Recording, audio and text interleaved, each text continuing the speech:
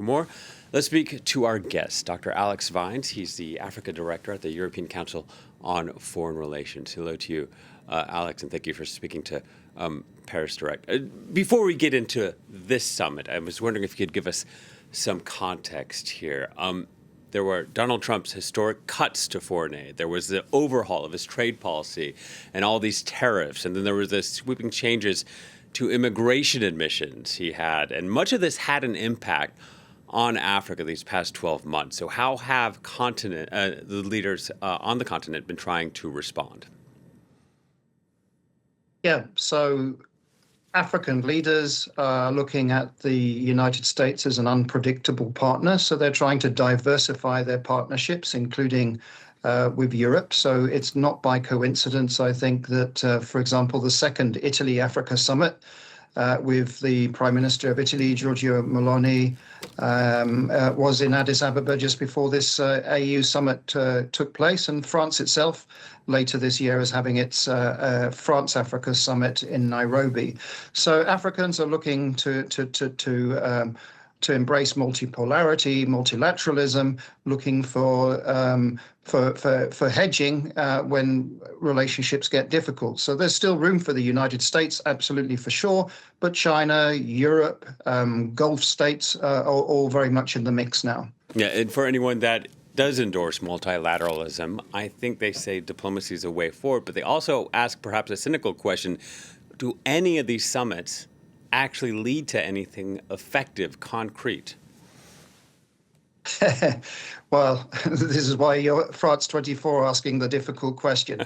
African Union summits, I have my doubts. I mean, as you've mentioned, there are plenty of problems on the African continent, but each summit seems to be less effective. So I'm not sure what the African Union really is able to achieve. And what we are therefore seeing is that you have other fora which are trying to mediate and find solutions to African problems. So the Quartet, for example, on Sudan, some of the regional economic communities, or other alliances that just don't follow the African symmetry geometry. So yes, multilateralism is under strain. The architecture certainly is, not just at the UN level, but also in terms of the African continental one. And so other approaches are being sought after. Yeah, and just for our viewers, the African Union is comprised of 55 members that spans an area of 30 million kilometers, covering a total population of, 1.3 billion people, I think it is. So how effective, in the best case scenario, could the AU be at addressing challenges, and is reform needed then of the AU? Oh, reform is definitely needed in the African Union. As you say, it's got 55 members. That includes the Western Sahara that some countries don't recognize, for sure. It's a kind of paradox that I notice every year. I'm not in Addis this year. I was last year for the summit. African leaders are the strongest Pan-Africanists when they're in Addis at the summit. And as soon as they go home, they are maybe multilateralists, but they're also nationalists of their own country. And so even the politics of subsidiarity, giving authority to the African Union, we don't see much evidence of that. So the African Union is struggling. But the reality is that Africans, actually in this multipolar world, need to get stronger collective positions to negotiate deals and relationships that make sense for the African continent. That can be with Italy or France or the European Union or the Russian Federation. But at the moment, we're in a danger of seeing a pattern of fragmentation. Yeah, and given all these crises on the continent and the challenges that are very urgent there, why doesn't this event or these crises get more media attention? Oh, I think that's just a perennial problem. Even the worst humanitarian conflict in the war, which is Sudan now, struggles to get attention. And this is to do with international media also, and the ability to cover multiple events at the same time. I mean, I have been disappointed that there has, for a number of years, been a clash, for example, between the timing of the Munich Security Conference that you've just been covering and the African Union Summit. I think that next year, for the first time, they're going to deconflate that because there should be senior Africans in Munich also. I mean, 25% of the UN is made up of African countries. But at the moment, there is a clash between the Diary of Munich and the African Union, for example, which makes no sense to me.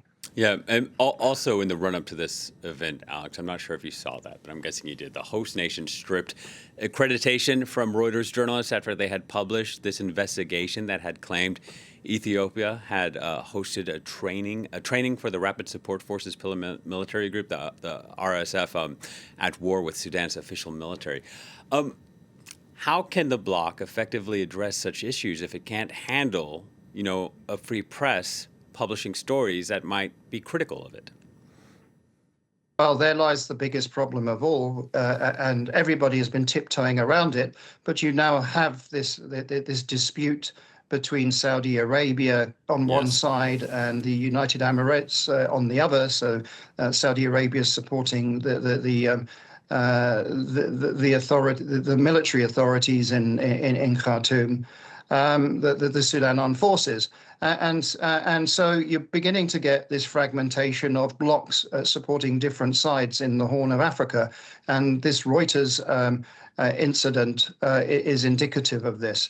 And the problem is that everybody is taking money either from United Arab Emirates or from Saudi Arabia. So I worry about this going forward, and we could be also in a trajectory of renewed conflict between neighboring Eritrea and Ethiopia that even worsens the situation in the Horn further.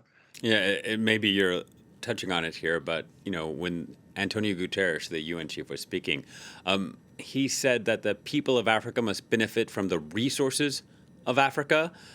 Who was that message intended for? I think that's the whole continent, but it is also indicative of the challenge that the UN is finding. I mean, Marco Rubio at the Munich Security Conference is not far off to say that the UN itself is in trouble.